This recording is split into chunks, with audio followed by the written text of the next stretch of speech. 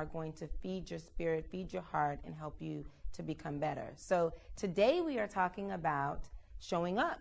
And how do you do that when you're not well informed?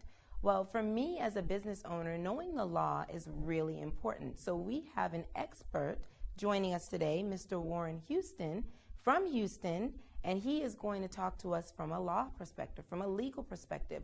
What are the things that you need to know? And I think you're going to be really surprised about some of the things you don't know. So for those of you who do not know, I was actually going to be a lawyer, and well, we know where we are right now. So that's another conversation. I just want to make sure that I share that little tidbit with you, get you prepared for our special guest, and make sure that you join the conversation. You may have some questions. Go ahead and post them so that after the breaks, I can come back and share the answers with you.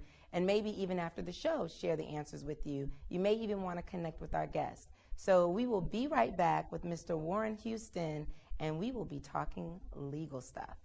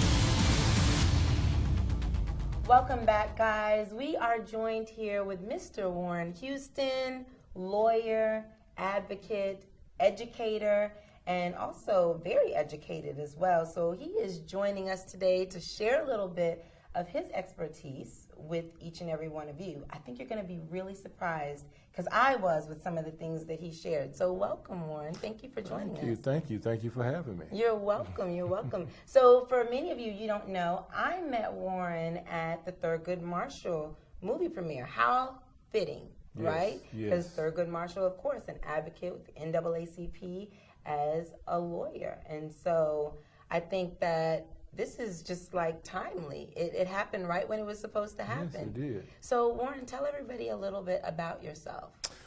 Well, of course, I'm a product of Houston's 5th Ward. I've always let everybody know that's my neighborhood where I grew up. I'm a graduate of North Forest Independent School District, Forest Brook Senior High School. Okay. I don't know what you do, Forest. Ward, I don't know about that one. Well, you know, there's Forest Brook, that's a whole nother conversation for another day in the North Forest District. But those in Houston that are listening know why I mentioned that. But also, I have a bachelor's in business and finance and a master's in the sciences of the law. Aha, the sciences of the law. Did you know that law was a science? That's the first tidbit. So I hope that you guys are paying attention. So now, what are the things that you advocate most for? Because I know that as an educator, you have the People's Law Study Group. Yes. So tell us about that. Education. Yeah. Legal education. Most people are not familiar with the judicial system. Me included. And I think that brings a problem in America as opposed to incarceration. And not just incarceration, but what most would consider as corruption in government, certain type of things that are not in favor of the citizen. Right. And that's because of the lack of the legal education that most of us have. Right. You know, there was a time in which we researched the history in this country. Everyone was basically responsible for taking care of their own legal business.